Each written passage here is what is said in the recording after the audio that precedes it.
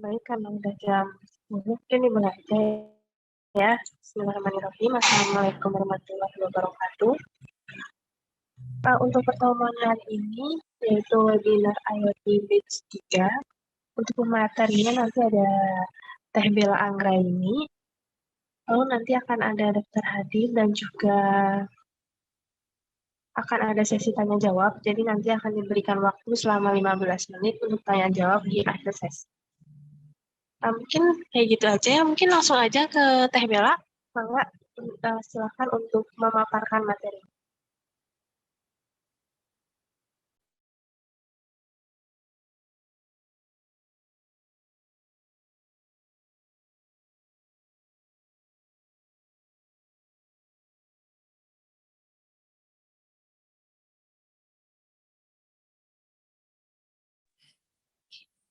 Baik, Assalamualaikum warahmatullahi wabarakatuh. Selamat pagi semuanya.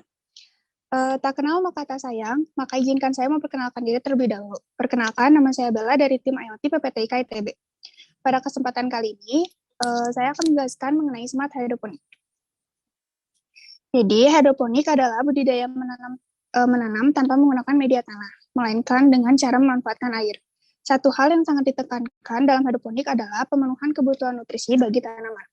Lalu, apa sih arti dari smart hydroponic itu? Smart hydroponic merupakan sistem monitoring tanaman yang terhubung dengan internet, sehingga kita dapat memantau dari manapun dan kapanpun.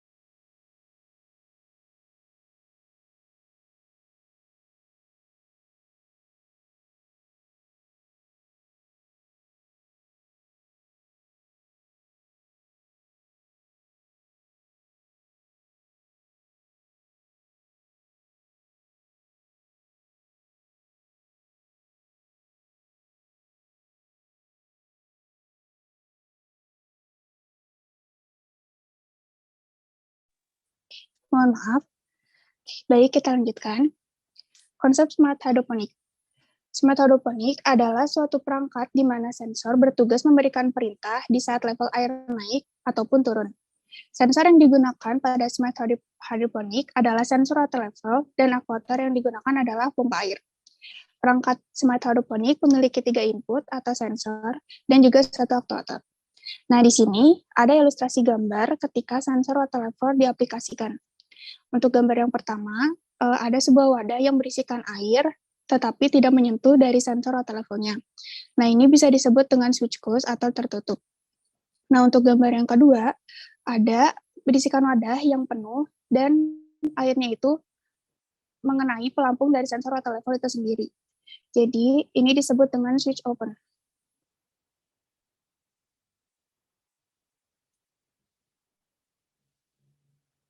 Oke.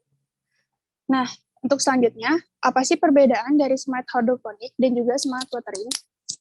Sebenarnya, konsep yang digunakan dalam smart hydroponic ini dapat kita gunakan dalam smart watering. Ketika sensor mendeteksi adanya perubahan, maka sensor akan mengirimkan perintah menyala atau berhenti kepada aktuator untuk dieksekusi. Tujuannya sama, yang beda dari smart hydroponic dan smart watering adalah tanaman yang dapat berkembang biak melalui media air, sedangkan kalau watering itu media tanahnya itu sebagai tempat tanaman berkembang.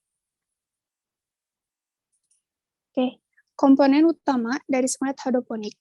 Yang pertama ada sensor. Seperti yang saya jelaskan sebelumnya, sensor yang kita gunakan itu adalah sensor water level dan juga aktuatornya itu pompa air.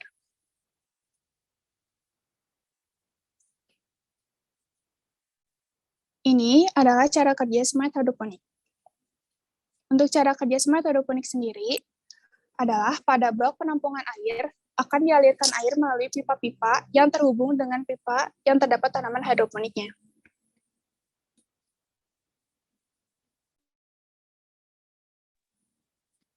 Air yang mengalir nantinya akan berakhir di penampungan air terakhir yang berisi pompa air.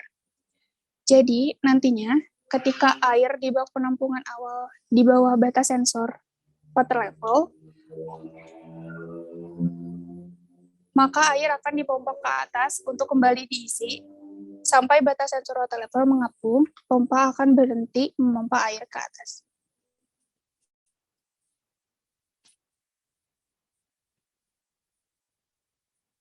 Selanjutnya, ada instalasi Arduino IDE.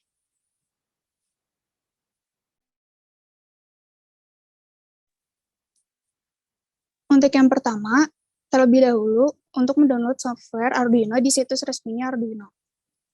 Nah, di sini ada beberapa pilihan untuk mendownload sesuai dengan perangkat yang digunakan oleh user.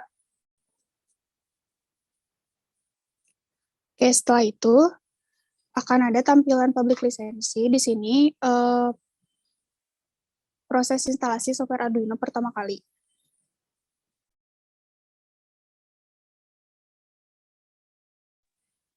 Jika sudah menunggu diinstal, nanti akan ada tampilan complete.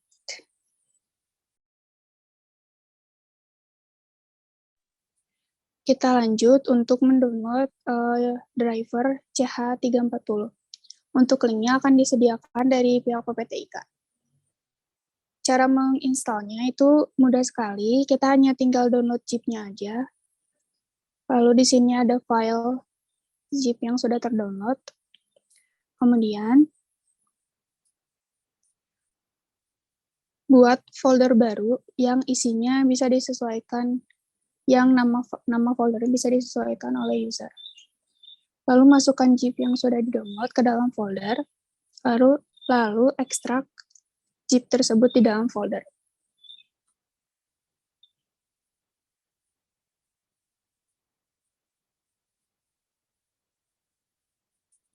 Setelah itu, buka folder yang telah diekstrak, lalu cari setup,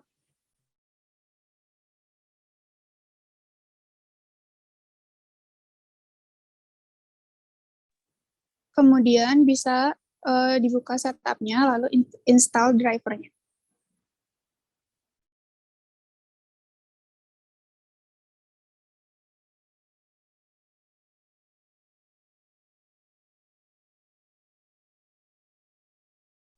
Jika sudah ada tampilan seperti itu, untuk memastikan yang lebih lanjut, bisa juga dilihat dari device manager, ke bagian ports, lalu ada tulisan USB serial CH340.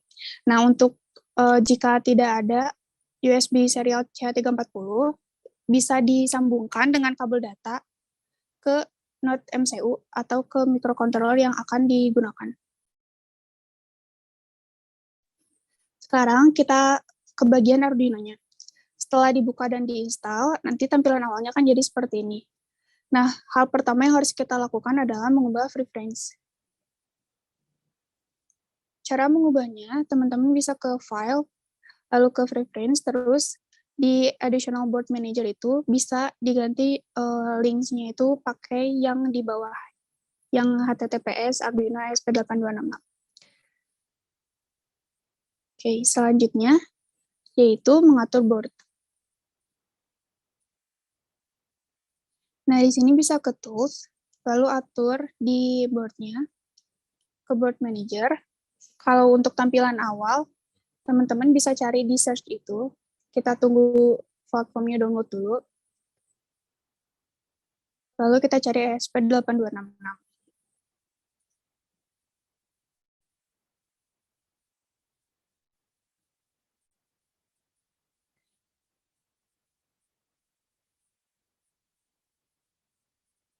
Setelah itu, bisa disesuaikan dari board-nya, kita gunakan yang Node MCU atau Wemos D1 Mini.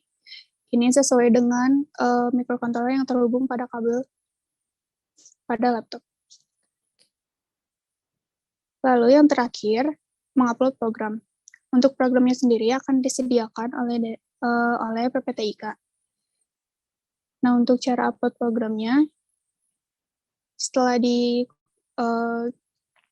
compile, itu nanti akan diupload ke microcontroller yang terhubung sama laptop.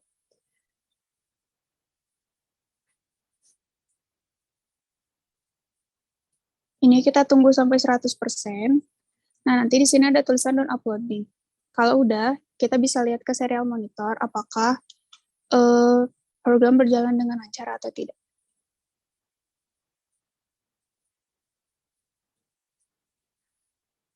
Baik, cukup sekian presentasi yang dapat saya sampaikan. Mohon maaf bila ada kesalahan. Wassalamualaikum warahmatullahi wabarakatuh.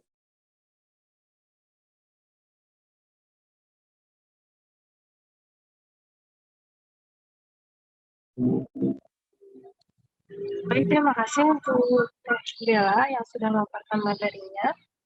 Nah, untuk selanjutnya dilanjutkan dengan sesi tanya jawab. Untuk sesi tanya jawab akan diberikan waktu selama 15 menit.